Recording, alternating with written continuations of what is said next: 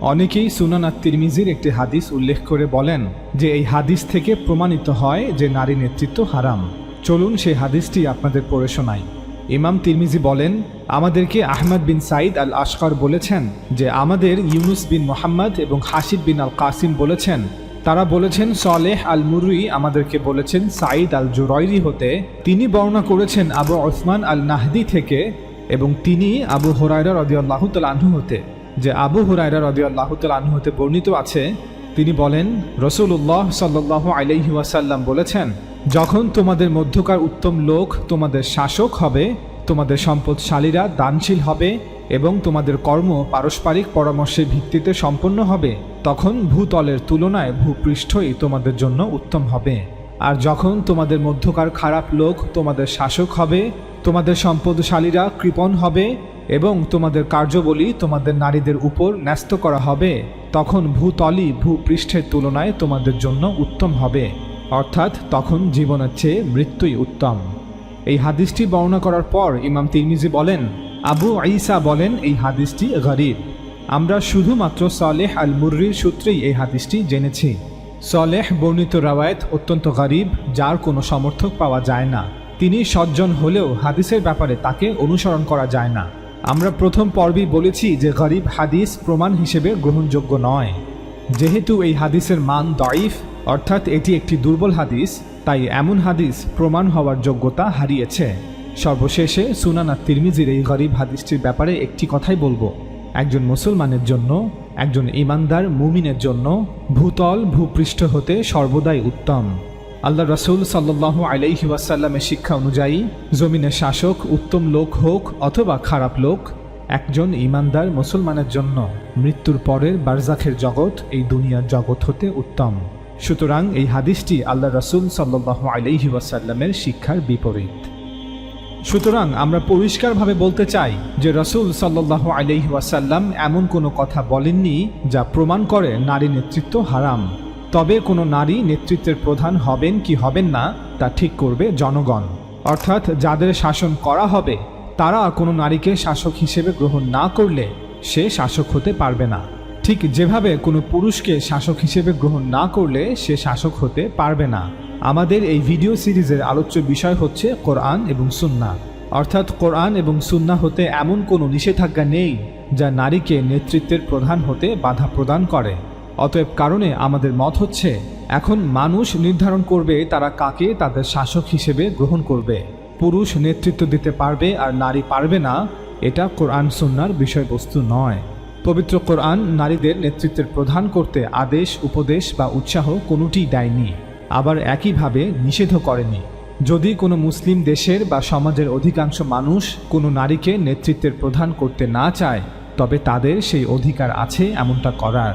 একইভাবে যদি কোনো মুসলিম দেশের বা সমাজের অধিকাংশ মানুষ কোনো নারীকে নেতৃত্বের প্রধান করতে চায়, তবে তাদেরও এমনটা করার অধিকার আছে। কেউ কেউ সূরা নিসার 34 নং আয়াতকে উল্লেখ করে একটি যুক্তি তুলে ধরেন যে ইসলাম যেহেতু বলে যে একটি পরিবারের প্রধান একজন পুরুষ হতে হবে এবং যেহেতু একটি পরিবার একটি রাষ্ট্র বা সমাজের মৌলিক একক, তাই একটি রাষ্ট্রেও শুধুমাত্র একজন পুরুষের প্রধান হওয়া উচিত। চলুন প্রথমে আমরা সেই আয়াতটি আপনাদের পড়ে শোনাই। আল্লাহ তাআলা বলেন, পুরুষরা নারীদের কওয়াম, পুরুষরা নারীদের তত্ত্বাবধায়ক, কারণ আল্লাহ তাদের একে অপরের উপর শ্রেষ্ঠত্ব দিয়েছেন, অর্থাৎ নারী এবং পুরুষকে ভিন্ন ভিন্ন ক্ষেত্রে শ্রেষ্ঠত্ব দেয়া হয়েছে এবং পুরুষকে পরিবারের কর্তা করা হয়েছে এজন্য যে পুরুষ বা স্বামী পরিবারের সকলের ভরণ পোষণের জন্য তাদের ধন সম্পদ ব্যয় করে। সূরা নিসা আয়াত 34। এই আয়াতে আল্লাহ তাআলা পরিবার গঠনের ব্যাপারে তার নীতি বর্ণনা করেছেন। একটি পরিবার একটি রাষ্ট্রের মতো। প্রতিটি রাষ্ট্র টিকে থাকার জন্য যেমন একজন শাসকের প্রয়োজন হয়, তেমনি একটি পরিবার টিকে থাকার জন্য কাউকে তার নেতৃত্বের দায়িত্ব নিতে হয়। হয় স্বামীকে এই দায়িত্ব নিতে হবে অথবা স্ত্রীকে। কোরআন আমাদের জানায় যে আল্লাহ তাআলা স্বামীকে এই দায়িত্ব অর্পণ করেছেন, স্বামীকে পরিবারের কর্তা করেছেন। কোরআন বলছে যে একটি পরিবারের প্রধান হিসেবে স্বামীকে তার মেজাজ ও শারীরিক বৈশিষ্ট্যের ভিত্তিতে নির্বাচন করা হয়েছে। আমরা কেউই অস্বীকার করব না যে প্রকৃতিগতভাবে পুরুষের মধ্যে কিছু সহজাত ক্ষমতা এবং বৈশিষ্ট্য রয়েছে যা অনেক বেশি স্পষ্ট। যা তাকে পরিবারের কর্তা ও তত্ত্বাবধায়ক হিসেবে এগিয়ে রেখেছে। এখানে আমাদের এটি উপলব্ধি করা উচিত যে নারীদের উপর পুরুষদের এই শ্রেষ্ঠত্ব নিরঙ্কুশ নয়, এটি শুধুমাত্র কিছু নির্দিষ্ট ক্ষেত্রে। এই ক্ষেত্রগুলি পুরুষদের পরিবারের প্রধান হওয়ার অধিকার দেয়। কিছু অন্যান্য ক্ষেত্র রয়েছে যেখানে নারীরা পুরুষদের থেকে শ্রেষ্ঠ। উদাহরণস্বরূপ, একজন নারী মা হিসেবে বাবা হতে শ্রেষ্ঠ, কারণ সন্তানকে জন্মদান এবং তাকে লালন পালনের ক্ষেত্রে মায়ের অবদান এবং ত্যাগ বাবার অবদান এবং ত্যাগ হতে অধিক, যা একজন নারীকে এই ক্ষেত্রে পুরুষের উপরে শ্রেষ্ঠত্ব দান করেছে।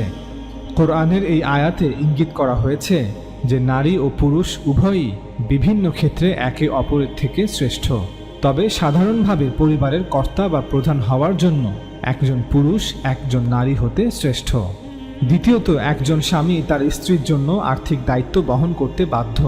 উপার্জন করা এবং স্ত্রী ও সন্তানদের চাহিদা পূরণ করা তার কর্তব্য। স্পষ্টতই এই দায়িত্বটি কোনো কাকতালীয় বিষয় নয় বা এটি কোনো অনুগ্রহ হিসেবে মঞ্জুর করা হয়নি। পবিত্র কোরআনে স্বামীকে এই দায়িত্ব পালনে বাধ্য করা হয়েছে, কারণ সে এই দায়িত্ব পালনে তুলনামূলকভাবে অধিক সক্ষম। সুতরাং একটি পরিবারের প্রধান হিসেবে স্বামীকে নির্বাচন করার দ্বিতীয় কারণ হচ্ছে সে পরিবারের সকলের ভরণ পোষণের জন্য উপার্জন করবে। যদি কোনো পুরুষ এমনটা করতে অক্ষম হয় তবে সে পরিবারের কর্তা বা প্রধান হওয়ার যোগ্যতা হারাবে, এমনটাই স্বাভাবিক। চলুন এবার দেখি একটি রাষ্ট্রের প্রধান নির্বাচন করার ভিত্তি এবং পদ্ধতি বিষয়ে কোরআন কি বলে। কোরআন বলছে যে একটি রাষ্ট্রের প্রধান হওয়া উচিত এমন একজন ব্যক্তিকে যিনি সংখ্যাগরিষ্ঠের আস্থা অর্জন করেছেন। আল্লাহ তাআলা বলেন, আমরুহুম শুরা বাইনাহুম, অর্থাৎ মুসলমানদের কাজকর্ম তাদের পারস্পরিক পরামর্শের ভিত্তিতে পরিচালিত হয়।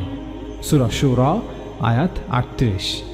এগুলি মাত্র 3টি শব্দ, কিন্তু কোরআন এর মাধ্যমে পুরো ধারণাটি বিস্ময়করভাবে তুলে ধরেছে। এর অর্থ হলো মুসলমানদের যৌথ ব্যবস্থা এক ব্যক্তি বা পরিবারের ইচ্ছার উপর ভিত্তি করে নয়, বা বন্দুকধারী কিছু লোকের ইচ্ছার উপর ভিত্তি করে নয়। আল্লাহ তাআলা বলেছেন যে এখন এমনকি তিনিও আর হস্তক্ষেপ করবেন না, অর্থাৎ তিনি মুসলমানদের জন্য কোনো রাজা বা কোনো বাদশাহ নির্বাচন করে দেবেন না, যেমনটা তিনি বনী ইসরাঈলের ক্ষেত্রে করেছিলেন। মুসলমানদের বিষয়গুলো তাদের মতামত তাদের সিদ্ধান্তের ভিত্তিতে হবে। তাদের নিজস্ব যৌথ ব্যবস্থা বা রাজনৈতিক শাসন ব্যবস্থা তাদেরকেই আলোচনার মাধ্যমে গঠন করতে হবে। সকল মুসলমানদের পরামর্শের মাধ্যমে একটি মুসলিম সরকার প্রতিষ্ঠিত হবে। মুসলমানদের রাজনৈতিক সমাজের নিয়ম, সমাজের প্রথা এবং ব্যবস্থাগুলি মুসলমানদের পরামর্শের মাধ্যমেই নির্ধারণ করা হবে। এই পরামর্শে প্রত্যেকের সমান অধিকার থাকবে। মুসলমানদের পরামর্শের মাধ্যমে যা করা হবে তা কেবল মুসলমানদের পরামর্শের মাধ্যমেই বাতিল করা হবে। যে কোনো ব্যবস্থায় অস্তিত্বে আনা হোক না কেন, প্রত্যেক মুসলমানের মতামত সেই ব্যবস্থার অংশ হবে, অর্থাৎ প্রত্যেক ব্যক্তি এই পরামর্শমূলক প্রক্রিয়ার অংশ হবে, প্রত্যক্ষ বা পরোক্ষভাবে যেভাবেই হোক। অধিকন্তু যদি ঐক্যমত বা সম্পূর্ণ সমঝোতার মাধ্যমে কোনো সিদ্ধান্তে পৌঁছানো না যায়, তাহলে সংখ্যাগরিষ্ঠের মতামতকে সিদ্ধান্ত হিসেবে গ্রহণ করা হবে। আপনি যদি আমরুহুম শুরা বাইনাহুম আল্লাহ তাআলার এই নির্দেশের প্রতিটি কথাকে ভেঙে ভেঙে বোঝার চেষ্টা করেন, তবে এই আয়াত উপরে বর্ণিত সকল কথাগুলো, সকল দফা বা পয়েন্টগুলোকে অন্তর্ভুক্ত করে। আপনি যখনই বলবেন যে মুসলমানদের ব্যবস্থা পারস্পরিক পরামর্শের মাধ্যমে পরিচালনা করতে হবে, তখন এই সমস্ত দফা বা পয়েন্টগুলি এই কথার যৌক্তিক ফলাফল। যদি কোনো দেশের সংখ্যাগরিষ্ঠ মানুষ কোনো নারীকে তাদের প্রধান হিসেবে নির্বাচন করে, তবে সেই হবে তাদের সরকার প্রধান। এতে কোরআনের কোনো আপত্তি নেই। এই বিষয়ে আমরা এই ভিডিওটিতে বিস্তারিতভাবে আলোচনা করেছি, লিংক নিচে দেয়া থাকবে। এখন আশা করি আপনাদের কাছে এটা পরিষ্কার যে যেহেতু একটি পরিবারের প্রধান নির্বাচনের মানদণ্ড রাষ্ট্রপ্রধান নির্বাচনের মানদণ্ড থেকে ভিন্ন, তাই এমনটা বলা মোটেও যৌক্তিক নয় যে সাধারণভাবে ইসলাম যেহেতু বলে যে একটি পরিবারের প্রধান একজন পুরুষ হতে হবে, তাই একটি রাষ্ট্রেও শুধুমাত্র একজন পুরুষের প্রধান হওয়া উচিত। আমাদের অনুধাবন করতে হবে যে বাস্তবতা এবং কোরআন সাক্ষী দিচ্ছে শাসন ব্যবস্থার ক্ষেত্রে একটি পরিবার কাঠামো এবং একটি রাষ্ট্র কাঠামো একটি অন্যটির থেকে মজ্জাগতভাবে আলাদা।